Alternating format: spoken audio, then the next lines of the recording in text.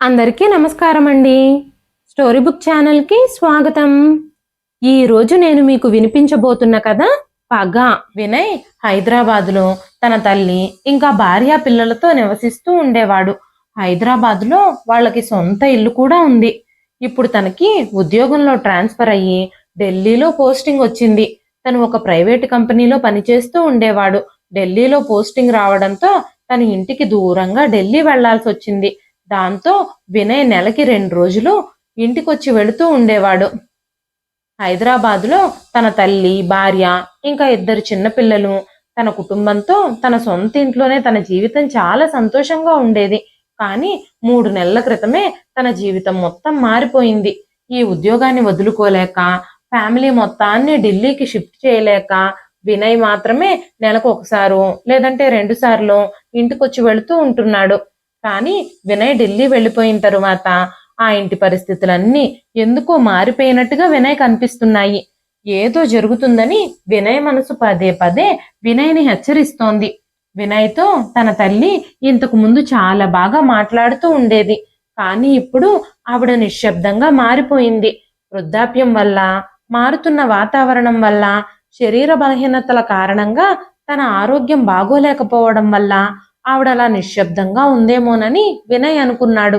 కానీ ఆవిడ ఇంకా ఇంకా పూర్తిగా నిశ్శబ్దంగా మారిపోతూ వస్తుంది. అసలు ఎవ్వరితోనూ ఒక్క మాట కూడా మాట్లాడడం లేదు. పిల్లలతో గాని, వినయ్ భార్య వాసంతితో గాని ఆవిడొక్క మాట కూడా నోరు తెరిచి మాట్లాడడం లేదు. ఇంతకుముందు అత్తా కోడళ్ళు, తల్లి కొడుకులు ఒకరితో ఒకరు ఎప్పుడూ మాట్లాడుకుంటూ ఆనందంగా ఉండేవారు.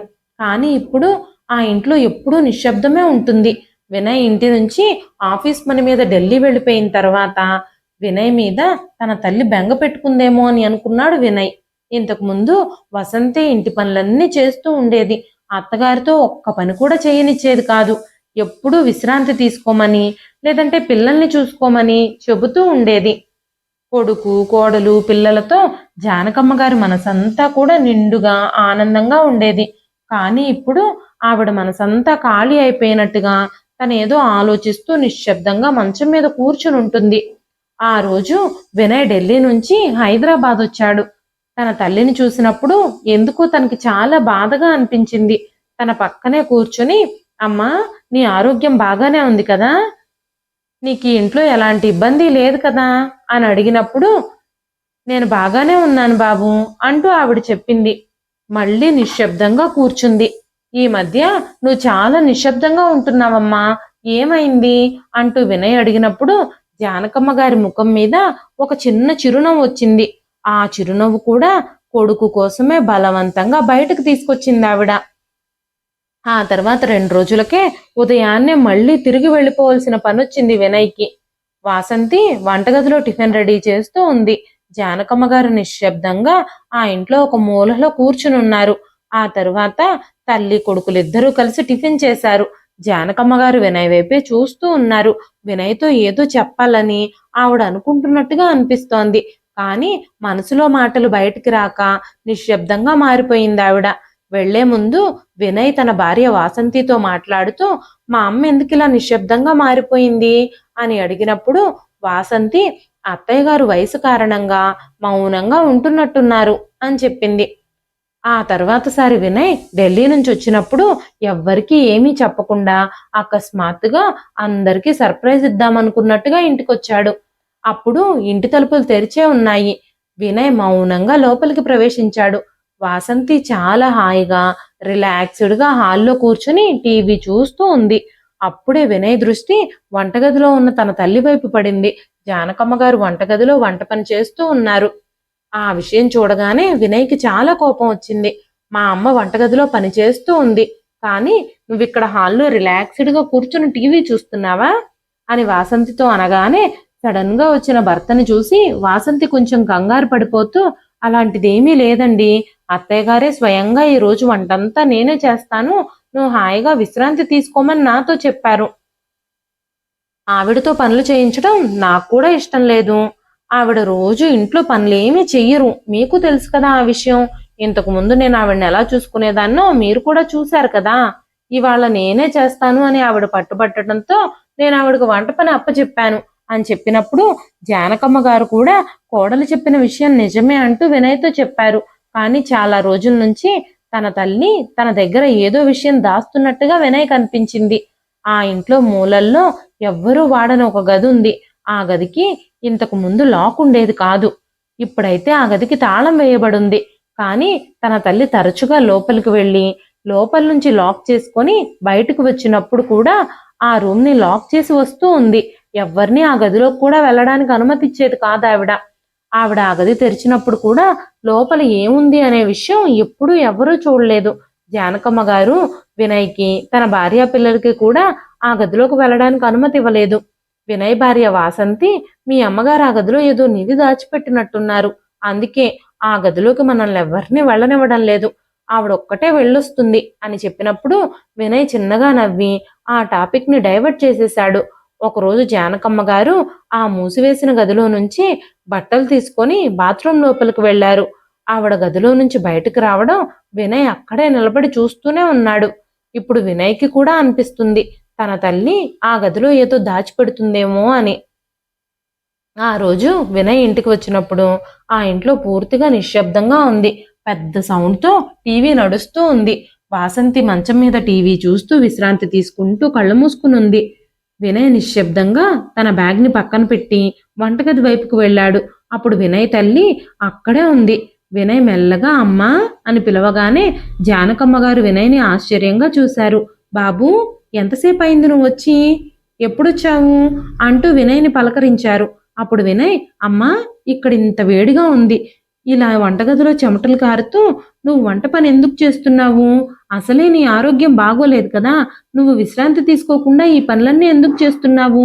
మొన్నొచ్చినప్పుడే నీకు చెప్పాను కదా అని అడగగానే జానకమ్మ గారు, వాసంతి వేరే పని చేస్తుంది బాబు, తనకి సహాయం చేద్దామని నేను వంట పని చేస్తున్నాను అని చెప్పినప్పుడు మెల్లగా వినయ్ వంటగదిలో నుంచి బయటకు వెళ్ళాడు. వాసంతి ఇంకా రిలాక్స్డ్గా టీవీ చూస్తూనే ఉంది. వెంటనే వినయ్ వాసంతి దగ్గరికి వెళ్ళి గట్టిగా అరిచాడు.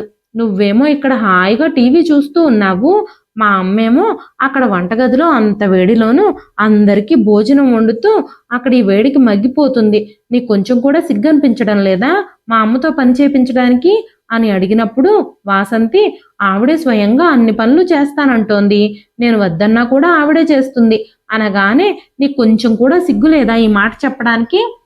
నువ్వు మా అమ్మ మీద పనులన్నీ వదిలేసి హాయిగా విశ్రాంతి తీసుకుంటున్నావా? అసలే మా అమ్మ ఆరోగ్యం బాగోలేదు, నువ్వేమో ఇలా చేస్తున్నావు అని చెప్పినప్పుడు వాసంతి, లేదు నా మాటను నమ్మండి, అత్తయ్య గారే స్వయంగా ఇంటి పనులన్నీ చేసి ఆ మూసివేసున్న గదిలోకి వెళ్ళి కాసేపు ఉండి ఏమేమో చేసి వస్తున్నారు.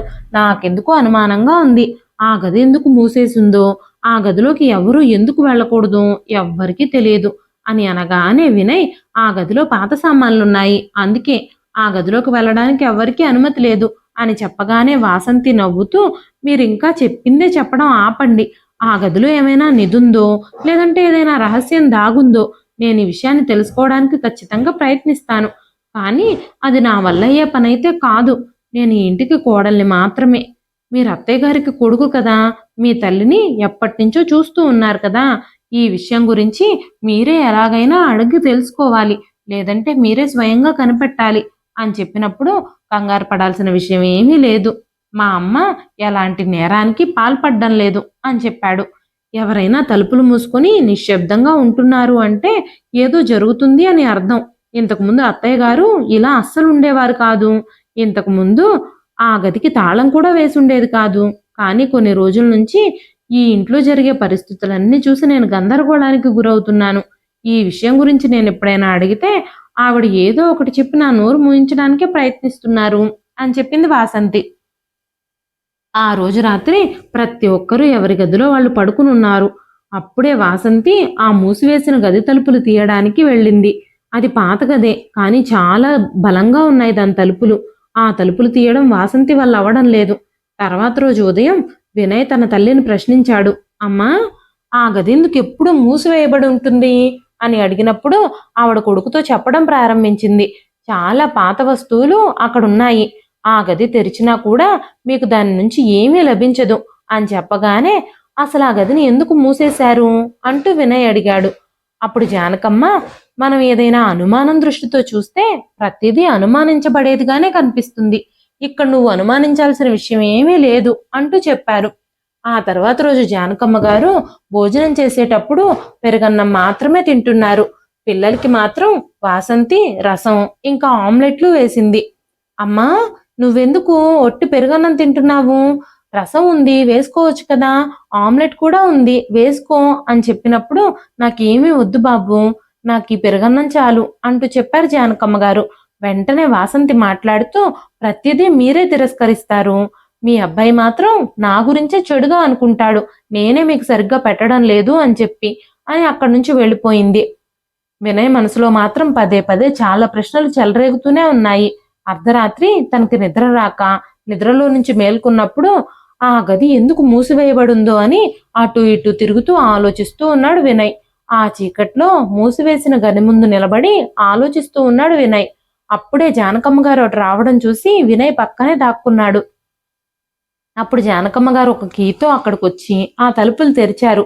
లోపలికి వెళ్ళిన తర్వాత లోపల నుంచి తలుపులు మూసేసి లోపల గడి కూడా పెట్టారు. లోపల కాసేపు ఏదో పని చేసినట్టుగా వినయ్ కనిపించింది. ఆ తర్వాత తలుపు తెరుచుకుని బయటకు వచ్చేటప్పుడు ఆవిడ చేతిలో కొన్ని మాసిపోయిన బట్టలున్నాయి. గబగబా ఆవిడ బయటకు వెళ్ళిపోయింది. వినయ్ నిశ్శబ్దంగా తన గదిలోకి వెళ్ళాడు. ఆ తర్వాత ఈ విషయం గురించి వాసంతితో కూడా మాట్లాడాడు. మా అమ్మ చేతిలో ఆ గది నుంచి బయటకు వచ్చేటప్పుడు కొన్ని మాసిపోయిన బట్టలు మాత్రమే ఉన్నాయి. ఆ గదిలో నుంచి బయటకు వచ్చేటప్పుడు నేను ఆవిడ్ని క్లియర్గా చూశాను. నువ్వెప్పటి నుంచో ఆ గదిలో మా అమ్మ ఏదో దాస్తుందని అనుమానం పడుతున్నావు కదా అని చెప్పగానే వాసంతి, నేను చాలాసార్లు ఆ గదిలో ఏముందో చూడ్డానికి ప్రయత్నించాను. మీ అమ్మ వెనకాలే వెళ్ళి తలుపు దగ్గరకు చేరుకున్నాను. కానీ ఆవిడ లోపలికి వెళ్ళి తలుపులు మూసేసేది. ఈ గది నాది, ఈ గది లోపలికి వెళ్ళడానికి ఎవ్వరికీ అనుమతి లేదు అని నాతో చెబుతూ ఉండేది. అలా చేయాల్సిన అవసరం ఏముంటుంది? ఏమీ లేకపోతే అలా సీక్రెట్గా దాచుకోవాల్సిన అవసరం ఏముంటుంది అంటూ వాసంతి అడగగానే వినయ్ కూడా ఆలోచనలో పడ్డాడు. తన హృదయం అంతా చంచలంగా మారిపోయింది. ఈసారి ఖచ్చితంగా తన తల్లి ఆ గదిలోకి వెళ్ళినప్పుడు తను కూడా తన వెంట వెళ్లాలని నిర్ణయించుకున్నాడు. అసలు ఆవిడ అంత రాత్రి ఆ గదిలోకి ఎందుకు వెళుతుందో అది కూడా అర్థం కావటం లేదు వినయ్కి. మరుసటి రోజు రాత్రి వినయ్ కూడా అర్ధరాత్రి మేల్కొన్నాడు. కొంత సమయం తర్వాత మళ్ళీ అదే జరిగింది. జానకమ్మ గారు మెల్లగా నడుచుకుంటూ వచ్చి ఆ కీతో తలుపు తెరిచి లోపలికి వెళ్లారు.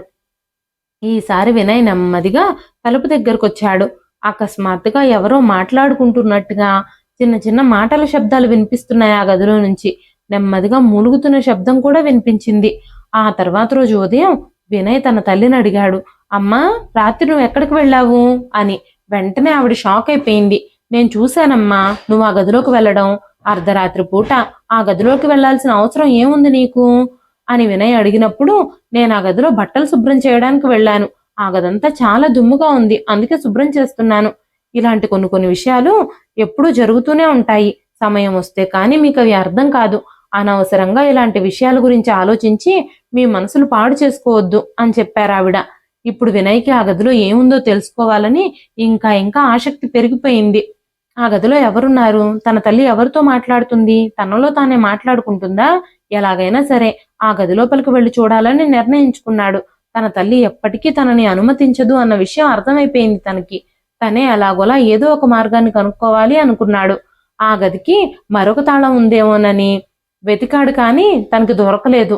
తాళాలు చేసే వ్యక్తిని తీసుకొచ్చి ఆ గదికి సంబంధించిన తాళం చేయించి లోపలికి వెళ్ళాలి అని అనుకున్నాడు. తన తల్లి ఎంత అడిగినా కూడా తనని ఆ గదిలోకి వెళ్ళనివ్వడం లేదు. మరోపక్క వాసంతి తనకిష్టం వచ్చినట్టుగా మాట్లాడుతుంది.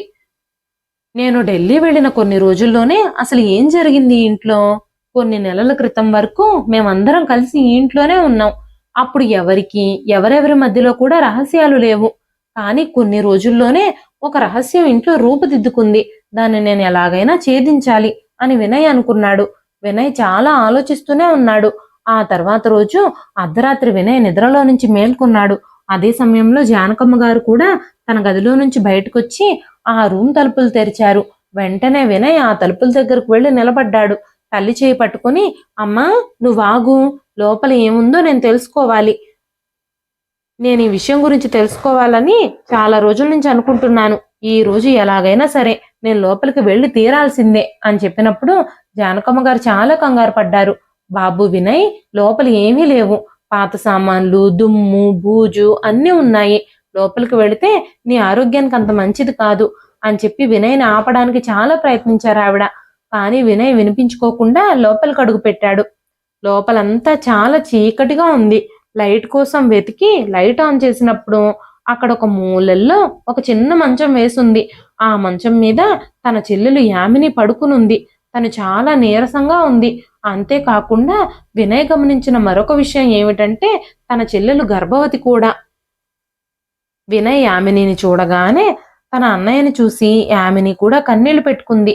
వినయ్ గబగబా యామిని దగ్గరికి వెళ్ళి, అమ్మ యామిని, నువ్వేంటి ఇక్కడున్నావు? అసలు నిన్ను ఈ గదిలో అమ్మ ఎందుకు ఉంచింది అని అడుగుతూ ఉన్నప్పుడు ఆ శబ్దాలకి వాసంతి కూడా నిద్రలేచింది. వాసంతి కూడా అక్కడికొచ్చి నిలబడుంది. వినయ్ తన తల్లి సమాధానం కోసం ఎదురు చూస్తూ ఉన్నాడు. అప్పుడు జానకమ్మ గారు ఏడుస్తూ, బాబు, కొన్ని నెలల క్రితం నీకు ఢిల్లీకి ట్రాన్స్ఫర్ అయింది. నువ్వు ఢిల్లీ వెళ్ళిపోయావు. నేను, వాసంతి, పిల్లలు ఈ ఇంట్లోనే ఉంటున్నాము. అదే సమయంలో ఒకరోజు రాత్రి మీ చెల్లెలు యామిని నిస్సహాయంగా తలుపు దగ్గర నిలబడుంది. అలాంటి స్థితిలో యామినిని చూసినప్పుడు నేను చాలా బాధపడ్డాను, భయపడిపోయాను. తన జుట్టంతా చెదిరిపోయి ఒళ్ళంతా దెబ్బలతో నిస్సహాయ స్థితిలో ఉంది. కానీ నీ భార్య యామినిని ఇంట్లోకి రావడానికి నిరాకరించింది. నేను ఎంత బతిమాలినా కూడా తను నీ చెల్లెల్ని ఇంట్లోకి రానివ్వలేదు. అందుకే నేను ఈ పని చేయాల్సి వచ్చింది అని జానకమ్మ గారు చెప్పినప్పుడు వినయ్ ఆ గది మొత్తం తేరిపారా చూశాడు. అప్పుడు ఆ గదిలో ఒక మూలలో ఒక చిన్న కుండ మాత్రమే ఉంది. అంతేకాకుండా ఒక మూలలో మంచం కూడా ఉంది. అప్పుడు వినయ్, నువ్వు ఇన్ని రోజులుగా ఈ గదిలో ఒంటరిగా ఎలా సజీవంగా ఉన్నావో నాకు అర్థం కావడం లేదు అంటూ అడిగినప్పుడు యామిని, ప్రతిరోజు అమ్మ తను సరిగ్గా తినకుండా తన భోజనం మొత్తం నాకే రహస్యంగా తీసుకొచ్చి పెడుతుంది. అందుకే అమ్మ కూడా బలహీనంగా మారిపోయింది అని చెబుతూ ఉన్నప్పుడు వినయ్ తన తల్లితో, అమ్మా, నువ్వు చెల్లెల్ని దాచిపెట్టలేదు, తనను ఒక బందికానాలో ఉంచావు. ఈ విషయం నాతో కూడా నువ్వెందుకు చెప్పలేదు? ఆ రోజు నేను లేను, కానీ నేను ఇంటికి వచ్చినప్పుడైనా నువ్వు నాతో ఈ విషయాలన్నింటి గురించి చెప్పుండాలి కదా అని అడిగినప్పుడు జానకమ్మ గారు తల ఉంచుకున్నారు, నిశ్శబ్దంగా నిలబడ్డారు. అప్పుడు వినయ్ తన చెల్లెలు యామిని వైపు చూస్తూ, ఇక నుంచి నువ్వు ఈ గదిలో బందీగా ఉండాల్సిన అవసరం లేదు. ముందుగా నేను ఈ తలుపు తెరిచాను. ఇక ప్రతి తలుపుని నేనే తెరుస్తాను. ప్రతి తలుపుని సత్యంతోనే తెరుస్తాను. నేనే నీకు మద్దతు ఇస్తాను అంటూ తన చెల్లెలి చెయ్యి పట్టుకొని ఆ గదిలో నుంచి బయటకు తీసుకొచ్చాడు వినయ్. అక్కడ చాలా ప్రశ్నలు మాత్రమే ఉన్నాయి, సమాధానాలు మాత్రం లేవు. అన్ని ప్రశ్నలకి సమాధానాలు వెతకాలని వినయ్ నిర్ణయించుకున్నాడు. ఆ మూసి ఉన్న గదిలో నుంచి బయటకు వచ్చినప్పుడు ఆమెని చాలా బలహీనంగా ఇంకా నిస్సహాయంగా ఉందని వినయ్ గమనించాడు. వినయ్ తనని హాల్లో మంచం మీద కూర్చోబెట్టినప్పుడు వాసంతి కూడా అక్కడే నిలబడి జరుగుతున్న విషయం అంతా నిశ్శబ్దంగా చూస్తూ ఉంది. ఇప్పుడు జానకమ్మ గారు ముడుచుకున్న చేతులతో కొడుకు ముందు నిలబడి కన్నీళ్లు పెట్టుకుంటున్నారు. బాబు, నేనే పాపము చెయ్యలేదు. నీ భార్య నా కూతురికి ఇంట్లో ఆశ్రయం ఇవ్వలేదు. తనకి మరెక్కడా స్థలం లేకపోవడంతో నేను ఈ పని చేయాల్సి వచ్చింది అని చెప్పినప్పుడు వినయ్ కోపంగా, అమ్మా, నాకు ఈ విషయాలన్నీ చెప్పాల్సిన అవసరం లేదు అని అనిపించిందా నీకు అనగానే జానకమ్మ గారు, నువ్వు కూడా అందరిలాంటి వాడవేనని, కోడలి మాటలు నమ్మి తన అభిప్రాయాలకే విలువిచ్చి నువ్వు మమ్మల్ని అపార్థం చేసుకుంటావని, నువ్వు యామినిని ఇంట్లోకి రానివ్వవేమోనని నేను భయపడ్డాను అంటూ జానకమ్మ గారు వణుకుతున్నట్టుగా చెప్పారు. వినయ్ కోపంగా వాసంతి వైపు చూశాడు. అప్పుడు వాసంతి, వీళ్ళు చెబుతున్నవన్నీ అబద్ధాలండి, నాకు అసలు ఏమీ తెలియదు. నేను మీ చెల్లెల్ని చాలా రోజుల తర్వాత ఇప్పుడే చూస్తున్నాను. చాలా రోజుల క్రితం నుంచి తనని నేను అసలు చూడలేదు. నేను తనని చూడనప్పుడు వీళ్ళు చెబుతుందంతా నిజమేలా అవుతుంది అని చెప్పినప్పుడు యామిని, వదినా, మీరెందుకు అబద్ధాలు చెప్తున్నారు? నేను ఆ రోజు రాత్రి ఈ ఇంటి తలుపు దగ్గర నిలబడినప్పుడు మీరు నన్ను తలుపు నుంచి గెంటేయలేదా? ఎక్కడికైనా వెళ్ళి చావు, ఈ ఇంట్లో మాత్రం నీకు ఆశ్రయం లేదు అంటూ మీరు నాతో చెప్పలేదా? ఈ ఇంట్లో అడుగు పెట్టడానికి వీలే లేదు అని ఆ రోజు మీరు నాతో అన్నారు కదా. నాకేం జరిగినా మీరు పట్టించుకోనని కూడా చెప్పారు కదా. ఈ ఇల్లు నాది, ఈ ఇంట్లో నేను అనుకున్నది మాత్రమే జరుగుతుంది.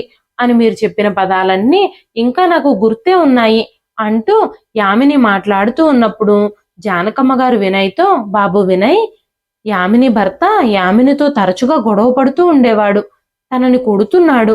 అలాంటి పరిస్థితుల్లో తను మన ఇంటికి వచ్చినప్పుడు వాసంతి తన గురించి చాలా చండాలంగా మాట్లాడింది. మాటి మాటికి ఇక్కడికొస్తే లేనిపోనివన్నీ నీతో చెప్పి నీకు తన మీద అసహ్యం పుట్టేలా చేస్తానని చెప్పి మమ్మల్ని బెదిరించింది. అందుకే మేము భయపడ్డాము. అందుకే నేను వేరే గత్యంతరం లేక ఈ పని చేశాను అని చెప్పినప్పుడు వినయ్, అమ్మా, నువ్వు తనని గదిలో దాచిపెట్టినంత మాత్రాన తనని సేవ్ చేసినట్టేం కాదు, తనని మరింత కష్టాల్లోకి నెట్టేసినట్టు. యామిని ఏం నేరం చేసిందని? తనేం నేరం చేసిన వ్యక్తి కాదు ఇలా అంధకారంలో శిక్షని అనుభవించడానికి. తను నా చెల్లెలు, తను నా ఇంట్లో గౌరవంగా జీవిస్తుంది అని చెప్పినప్పుడు జానకమ్మ గారు వాసంతి వైపు చూస్తూ, అమ్మా వాసంతి, నేనెప్పుడు నిన్ను కూతురుగానే భావించాను, కానీ నువ్వు మాత్రం నా కూతురికి ఇలాంటి పరిస్థితి తీసుకొచ్చావు. కానీ ఇప్పటికి ఆ భగవంతుడు తనకు విడుదల దయచేశాడు అని ఆ భగవంతుడికి నమస్కరించారు జానకమ్మ గారు. కానీ అకస్మాత్తుగా సాయంత్రానికి యామిని ఆరోగ్య పరిస్థితి క్షీణించిపోయింది. తనకి చాలా జ్వరం వచ్చింది. వినయ్ తనని ఆసుపత్రికి తీసుకెళ్లాడు. పరీక్ష చేసిన డాక్టరు పేషెంట్ ఆరోగ్య పరిస్థితి చాలా బలహీనంగా మారిందని, తనకు చాలా విశ్రాంతి అవసరము అని, మంచి ఆహారం కూడా ఇవ్వాలి అని డాక్టర్ చెప్పాడు. ఒక రోజంతా తనని అబ్జర్వేషన్ లో ఉంచాలని డాక్టర్ చెప్పినప్పుడు తనని హాస్పిటల్లోనే వదిలేసి వినయ్ ఇంటికొచ్చాడు. ఇప్పుడు తన చెల్లెల కోసం ఆ ఇంట్లో ఒక గదిని కూడా రెడీ చేసి తన తల్లి దగ్గరకు వెళ్ళి, అమ్మా, నువ్వు నాతో సమయం వచ్చినప్పుడు ప్రతి విషయము చెబుతాను అన్నావు కదా, ఇప్పుడు ఆ సమయం వచ్చేసింది. యామిని పరిస్థితి చాలా బలహీనంగా ఉందని డాక్టర్ చెప్పారు. డాక్టర్ తనకి మెడిసిన్స్ కూడా రాసిచ్చారు. తను శ్వాస తీసుకోవడానికి కొంచెం ఇబ్బంది పడుతున్న కారణంగా ఈ రోజు తనని హాస్పిటల్లోనే అబ్జర్వేషన్ లో ఉంచమని చెప్పారు. తను ఇప్పుడు ఐసీయూ రూమ్ లో ఉంది. లోపలికి ఎవ్వరిని వెళ్ళనివ్వడం లేదు. ఏదైనా అవసరం ఉంటే వాళ్లే ఫోన్ చేస్తామని నాతో చెప్పారు అని చెప్పినప్పుడు వెంటనే జానకమ్మ గారు కొడుకు దగ్గరకు వచ్చి కన్నీళ్లతో యామిని జీవితంలో జరిగిన విషయాలన్నీ చెప్పడం మొదలు పెట్టారు. బాబు వినయ్, మనం యామినికి పెళ్లి చేసి అత్తగారింటికి పంపించాం. శేఖర్ చాలా మంచివాడు అనుకున్నాం. యామిని భర్త శేఖర్ మొదట్లో మంచిగానే ఉండేవాడు, కానీ మెల్లమెల్లగా తన ప్రవర్తన మారడం ప్రారంభమైంది. ప్రతి చిన్న విషయానికి యామినిని అవమానించడం, అనుమానించడం, తనని కొట్టడం చేస్తూ ఉండేవాడు. అంతేకాకుండా యామిని దగ్గర నుంచి ఫోన్ కూడా లాగేసుకున్నాడు. తను మనతో మాట్లాడడాన్ని నిషేధించాడు అని చెప్పినప్పుడు, అమ్మా, ఈ విషయాలన్నీ నువ్వు నాతో అప్పుడే ఎందుకు చెప్పలేదు అని వినయ్ అడగగానే, యామిని నీతో ఈ విషయాలన్నీ చెప్పొద్దని నా దగ్గర మాట తీసుకుంది. ఈ విషయాలన్నీ అన్నయ్యతో చెప్పి తనను కూడా బాధ పెట్టొద్దు అని చెప్పింది. అనవసరంగా నువ్వు తనకు మద్దతు ఇస్తే వాసంతికి నీకు మధ్య గొడవలు పెరుగుతాయని, నువ్వు నీ జీవితంలో సంతోషంగా ఉండాలని తను కోరుకుంది. తను నీ కుటుంబం విచ్ఛిన్నం కాకుండా కాపాడాలనుకుంది. నువ్వు ఢిల్లీ వెళ్ళిన తర్వాత తను ఒక రోజు ఇక్కడికి వచ్చి చాలా ఏడుస్తూ పడుకుంది. అప్పుడు నేను తనని అడిగినప్పుడు ఈ విషయం అంతా నాతో చెప్పింది. అప్పుడు నేను యామినిని తన భర్త దగ్గరికి పంపించకుండా ఇక్కడే ఉంచాలి అని అనుకున్నాను. కానీ వాసంతి ఈ విషయానికి అస్సలు ఒప్పుకోలేదు. నేను వాసంతిని ఒప్పించడానికి చాలా తీవ్రంగా ప్రయత్నించాను, కానీ వాసంతి మాత్రం ఒప్పుకోలేదు. తను ఇంకా ఇక్కడే ఉంటే తర్వాత రోజు పోలీసుల్ని పిలిపించి యామిని మరో వ్యక్తితో అక్రమ సంబంధం పెట్టుకుందని పోలీసులకి కంప్లైంట్ చేస్తాను అని చెప్పింది. అంత బాధలో ఉన్న యామిని తిరిగి తన భర్త దగ్గరికి గత్యంతరం లేక వెళ్ళిపోయింది అని చెప్పినప్పుడు వినయ్, అమ్మా, ఈ విషయం గురించి నువ్వు నాకు అసలు ఇప్పటి వరకు ఎందుకు చెప్పలేదు అని అడగగానే జానకమ్మ గారు, ఈ విషయాలన్నింటి గురించి మీతో చెప్తే నువ్వు నీ భార్యను అడుగుతావు, మీ ఇద్దరి మధ్య గొడవ జరుగుతుంది, మీ కుటుంబం నాశనం అయిపోతుంది. అందుకే నేను ఈ విషయాలేవి నీతో చెప్పకుండా మౌనంగా ఉండిపోయాను అని చెప్పారు. అప్పుడు వినయ్ తన గది లోపలికి వెళ్ళినప్పుడు వాసంతి అక్కడే నిలబడుంది. వెంటనే వినయ్, నేను నీతో మాట్లాడాలి అని అనుకుంటున్నాను అని వాసంతితో చెప్పాడు. వెంటనే వాసంతి కోపంగా, ఇంకేం మిగిలిందని నాతో మాట్లాడడానికి? మీ చెల్లెల్ని తీసుకొచ్చి ఇంట్లో పెట్టుకున్నారు కదా, ఇప్పుడు మీకు సంతోషంగా ఉంది కదా అంటూ మాట్లాడడం మొదలుపెట్టింది.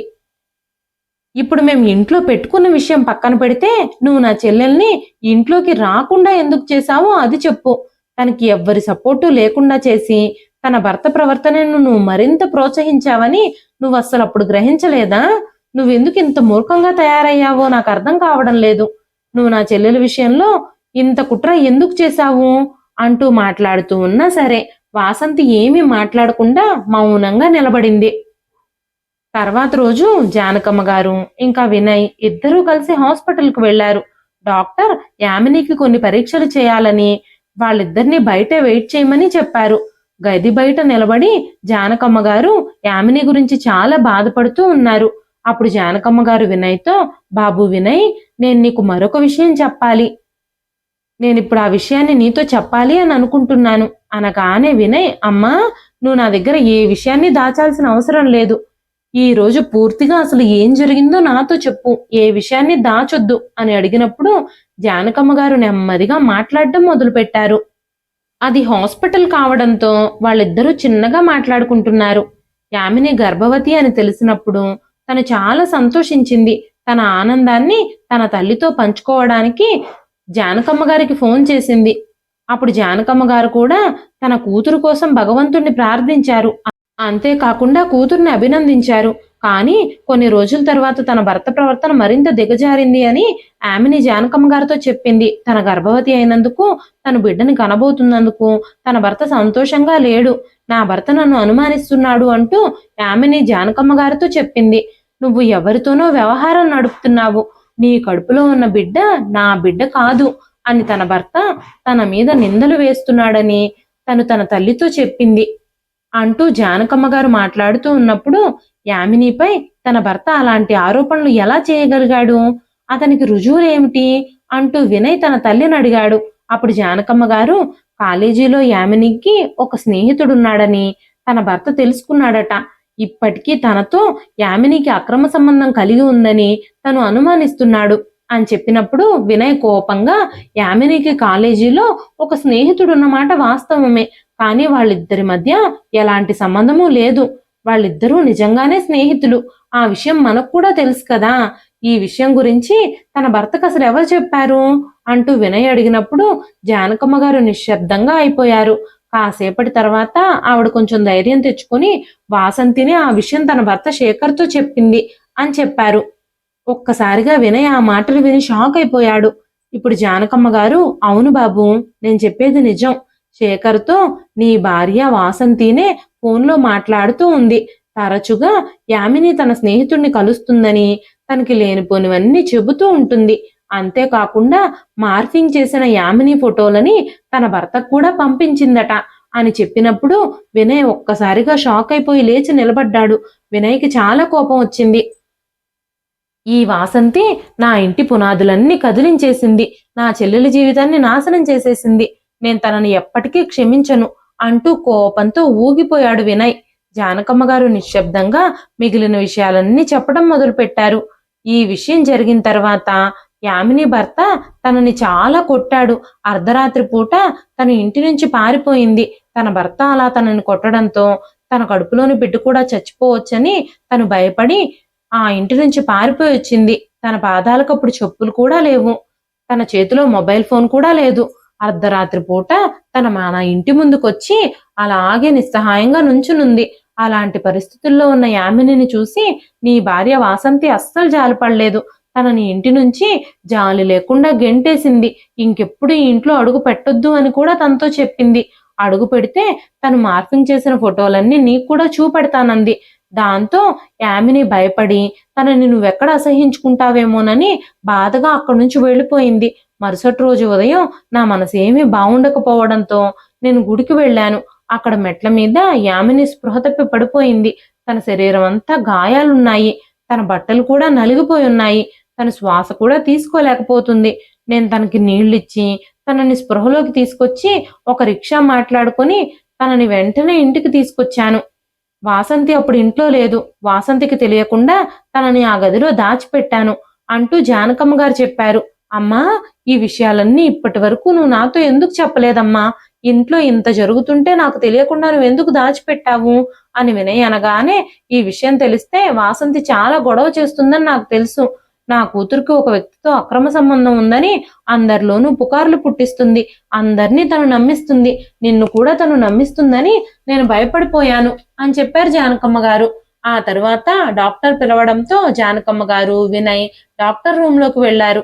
డాక్టర్ యామినిని జాగ్రత్తగా చూసుకోమని చెప్పి మందులు రాసిచ్చి ఇంటికి పంపించారు. ఇంటికి తిరిగొచ్చినప్పుడు వాసంతి పిల్లలతో గదిలో కూర్చునుంది. వినయ్ కోపంగా, వాసంతి, నువ్వు యామిని భర్త శేఖర్తో మాట్లాడావా అని అడిగినప్పుడు వాసంతి వినయ్ వైపు చూస్తూ, నేను తనతో మాట్లాడాను అని మీతో ఎవరు చెప్పారు అంటూ నిర్లక్ష్యంగా అడిగింది. మా అమ్మ నాతో చెప్పింది. నువ్వు యామిని మీద తప్పుడు ఆరోపణలన్నీ సృష్టించావని. ఇన్ని రోజులు మా అమ్మ ఆ గదిలో ఏదో దాస్తుందని నువ్వు నాతో చెబుతూనే ఉన్నావు కదా. కానీ చీకటి గదిలో రహస్యాలు దాచిపెట్టింది మా అమ్మ కాదు, నువ్వు చేసిన చీకటి పనులన్నీ ఈ రోజు వెలుగులోకి వచ్చాయి. నా చెల్లెలి ఈ పరిస్థితికి కారణం నువ్వే అన్న విషయం నాకు తెలిసిపోయింది. నేను నిన్ను ఊరికే వదిలిపెట్టను. నువ్వు చేసిన దానికి నువ్వు ఖచ్చితంగా శిక్ష అనుభవించాల్సి వస్తుంది అంటూ కోపంగా చెప్పాడు వినయ్. తన భర్త కోపం చూసి వాసంతి కొంచెం భయపడింది. ఆ తరువాత వినయ్ తన చెల్లెలు యామిని కోసం జ్యూస్ చేసుకుని తీసుకెళ్లాడు. ఎందుకంటే డాక్టర్ తను చాలా బలహీనంగా ఉందని, తనని చాలా జాగ్రత్తగా చూసుకోమని చెప్పడంతో తనకి జ్యూస్ తాగిపించి మందులు కూడా ఇచ్చాడు. అప్పుడు యామిని తన అన్నయ్యతో, అన్నయ్య, ఇన్ని రోజులు అమ్మ సరిగ్గా భోజనం కూడా చేయకుండా ఉదయం తను తినాల్సిన టిఫిన్ దాచిపెట్టి ఏదో ఒక టైంలో మధ్యాహ్నం లోపు నాకు తెచ్చిచ్చేది. మధ్యాహ్నం భోజనం దాచిపెట్టి రాత్రి కంటే ముందే ఇచ్చేది. రాత్రి భోజనం దాచిపెట్టి ఉదయం అవ్వక ముందే నా గదిలో పెట్టేసి వెళ్లేది. సొంతింట్లోనే మేమిద్దరం ఇలా సగం సగం ఆకలితో అలమటిస్తూ బ్రతికాము. వదిన నా మీద ఎందుకింత పగబట్టిందో నాకు అర్థం కావడం లేదు. నేనెప్పుడు వదినకి ఎలాంటి ద్రోహము చేయలేదు. అయినా సరే వదిన ఎందుకు ఇలా చేసిందో నాకు అర్థం కావడం లేదు అని ఏడుస్తూ చెబుతూ ఉన్నప్పుడు వినయ్ పట్టరాని కోపంతో వాసంతి దగ్గరకు వెళ్ళాడు. నువ్వు అసలు ఇలా చేయడానికి నీకు కొంచెం కూడా సిగ్గులేదా? తను నా చెల్లెలు. తన జీవితాన్ని ఇలా ఎలా నాశనం చేస్తావు నువ్వు? నువ్వు తన జీవితాన్ని నాశనం చేయడానికి నీకు అసలు మనసు ఎలా వచ్చింది అంటూ వాసంతితో మాట్లాడుతూ ఉండగానే, అబ్బో చెల్లెలు, మీగ్గాకే ఉంది చెల్లెలు. నా పెళ్ళైన దగ్గర నుంచి చూస్తూనే ఉన్నాను. ఎప్పుడు చెల్లి చెల్లి అంటూ తనకే ఎక్కువ ఇంపార్టెన్స్ ఇస్తున్నారు మీరు. మన పెళ్ళైన రోజు నుంచి నా కోసం ఏది కొన్నా కూడా తన కోసం కూడా తీసుకొచ్చేవారు మీరు. మీ మనసులో చెల్లెల మీద తప్ప భార్య మీద మీకు ప్రేమ లేదు. అప్పటి నుంచే యామిని మీద నేను పగ పెంచుకున్నాను. తన జీవితాన్ని ఎలాగైనా నాశనం చేయాలని కంకణం కట్టుకున్నాను. పెళ్లి తర్వాత కూడా మీరు నన్ను ప్రేమించకుండా మీ చెల్లెల్నే ప్రేమిస్తున్నప్పుడు నేను చాలా బాధపడేదాన్ని. అందుకే తన భర్త ప్రేమ తనకి దక్కకుండా నేను చేయాలని అనుకున్నాను. తన భర్తకి యామిని మీద అసహ్యం పుట్టించేలాగా లేనిపోనివన్నీ చెప్పాను. యామిని మీద ఉన్న నమ్మకం అంతా పోగొట్టేశాను. యామినిని తన భర్త అనుమానించేలా చేశాను. కానీ యామిని మళ్ళీ తిరిగి ఇంట్లో తిష్ట వేయడానికి వచ్చింది. తను భర్తను వదిలేసి వచ్చినా కూడా మీరు తనని మహారాణిలా చూసుకుంటారని నాకు బాగా తెలుసు. అందుకే తనకి ఇంట్లో స్థానం ఇవ్వకూడదు అనుకున్నాను. తను రోడ్ల మీద తిరుగుతూ ఎక్కడికి వెళ్ళిపోయిందో తెలియకుండా పోతే, మీకు మళ్ళీ అప్పటికీ కనిపించకుండా పోతే నా మనసు చల్లబడుతుంది అని నేను అనుకున్నాను. కానీ మీ అమ్మగారు తెలివిగా తనని ఇంట్లోనే దాచిపెట్టారు అని మాట్లాడుతూ ఉండగానే వినయ్ వాసంతిని లాగిపెట్టి చెంపదెబ్బ కొట్టాడు. నీలాంటి ఆడదాన్ని నేను నా భార్యగా యాక్సెప్ట్ చేయలేను. ఆడవాళ్ళు నీ అంత దారుణంగా ఉంటారని నేను ఎప్పుడూ అనుకోలేదు. ఇన్ని రోజులు నేను నిన్ను ఎంత నమ్మాను, ఎంత ప్రేమించాను. ప్రతి అన్నయ్యకి సాధారణంగా చెల్లెల మీద ప్రేమ ఉంటుంది. దాన్ని కూడా నువ్వు తట్టుకోలేక నా చెల్లెలి జీవితాన్ని నాశనం చేశావు. నా చెల్లెల మీద పగబట్టావు. నీలాంటి ఆడదానితో కలిసి నేను ఇక జీవించలేను. వెంటనే నువ్వు నా ఇంటి నుంచి బయటకు నడువు. నేను నీతో బంధాన్ని ఇప్పుడే తెంచేసుకుంటున్నాను. నేను నీకు విడాకులు కూడా ఇచ్చేస్తాను. నా పిల్లల్ని నేనే పెంచుకుంటాను. నీలాంటి రాక్షసి పెంపకంలో నా పిల్లలు పెరగడానికి వీల్లేదు అంటూ వాసంతిని ఇంటి నుంచి బయటకు తోసేశాడు. వాసంతి ఒక్కసారిగా భయపడిపోయింది. తన ఇంటికి వెళ్ళడానికి తను అస్సలు ఇష్టపడలేదు. ఎందుకంటే తన తల్లిదండ్రులిద్దరూ ఇప్పటికే చనిపోయి ఉన్నారు. తన అన్నయ్య వదినలు తనని చేరదీయలేరు అన్న విషయము తనకు ఆల్రెడీ తెలుసు. అందుకే వినయ్ కాళ్ళ వేళ్లా పడి తను ఆ ఇంట్లోనే స్థానాన్ని దక్కించుకోవాలి అని అనుకుంది వాసంతి. కానీ వినయ్ వాసంతి దొంగ కన్నీళ్లకు అస్సలు కరగలేదు. తనని ఇంటి నుంచి గెంటేసి తలుపులు కూడా మూసేశాడు.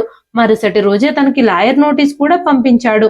అంతేకాకుండా యామిని మీద లేనిపోని నిందలు వేసి తనని ఇష్టం వచ్చినట్టు కొట్టి తన కడుపులో బిడ్డను కూడా చంపాలని చూసినందుకు తన భర్త శేఖర్ మీద కూడా వినయ్ పోలీస్ స్టేషన్లో కేసు పెట్టాడు. శేఖర్ని పోలీసులు అరెస్ట్ చేశారు. కోర్టులో శేఖర్ చేసిన దుర్మార్గాలకి శేఖర్కి శిక్ష పడింది. అంతేకాకుండా యామిని శేఖర్కి విడాకులు కూడా ఇచ్చేసింది. వినయ్ తన భార్య వాసంతితో కూడా విడాకులు తీసుకుని తన 2 పిల్లల్ని తనతో పాటే ఉంచేసుకున్నాడు. వినయ్ ఢిల్లీలో ఉద్యోగం కోసం వెళ్ళిపోయాడు. నెలకి 2 సార్లు మాత్రమే ఇంటికొస్తూ ఉండేవాడు. వినయ్ పిల్లల్ని కూడా యామినినే చూసుకుంటుంది. యామినికి పుట్టిన బిడ్డని, వినయ్ పిల్లలిద్దరిని యామినినే జాగ్రత్తగా పెంచడం మొదలుపెట్టింది. జానకమ్మ గారు, యామిని ఆ 3 పిల్లలతో కలిసి ఇప్పుడు హైదరాబాద్లోని వాళ్ళ సొంతింట్లోనే ఉంటున్నారు. యామిని ఆ 3 తన కన్నబిడ్డల్లాగానే పెంచుతుంది. యామినికి, వినయ్కి మళ్ళీ పెళ్లిళ్ళు చేయాలని జానకమ్మ గారు యామినిని, వినయ్ని ఒప్పించడానికి ప్రయత్నించారు. కానీ ఇద్దరిలో ఏ ఒక్కరూ కూడా మళ్ళీ పెళ్లి చేసుకోవడానికి ఒప్పుకోలేదు. యామిని ఆ 3 బిడ్డల్ని పెంచుకుంటూ తన జీవితాన్ని సంతోషంగా గడుపుతుంది. అంతేకాకుండా ఆ 3 పిల్లల్ని స్కూల్లో జాయిన్ చేసిన తర్వాత అదే స్కూల్లో తను టీచర్గా చేరింది. స్కూల్లో పిల్లలకి మంచి చెడులు చెబుతూ, మంచి విలువలు నేర్పిస్తూ, మనుషుల మనసుల్లో అక్రమమైన ఆలోచనలు, ఎదుటి వ్యక్తి మీద పగలు, ప్రతీకారాలు పెంచుకుంటే చాలా నష్టపోతామనే విషయాన్ని పిల్లలకి అర్థమయ్యేలా చెప్పడానికి ప్రయత్నిస్తూ ఉండేది యామిని. వినయ్ మాత్రం నెలకు 1 సార్లు వచ్చి పిల్లల్ని, తల్లిని, చెల్లెల్ని చూసి వెళ్తూ ఉండేవాడు. మనం నిశ్శబ్దంగా ఎదుటివారి చేసే దారుణాలని తట్టుకున్నంత వరకు ఎదుటి వ్యక్తులు మనల్ని బాధ పెడుతూనే ఉంటారు. మనం నిశ్శబ్దాన్ని విచ్ఛిన్నం చేసి నిర్ణయాలు తీసుకోవడం మొదలు పెడితే మనం ఏ బాధని భరించాల్సిన అవసరం ఉండదు. ఇప్పుడు యామిని సంతోషంగా కొత్త జీవితాన్ని మొదలుపెట్టింది. నిష్కారణంగా, కోపంతో, ద్వేషంతో, పగతో యామిని జీవితాన్ని నాశనం చేయాలి అనుకున్న వసంత తన జీవితాన్నే తన చేతులారా నాశనం చేసేసుకుంది. ఇప్పుడు పిల్లల్ని, భర్తని దూరం చేసుకొని ఒంటరితనంతో తను చేసిన పనులన్నింటికీ శిక్ష అనుభవిస్తోంది. ఇదండి ఈ రోజు కథ.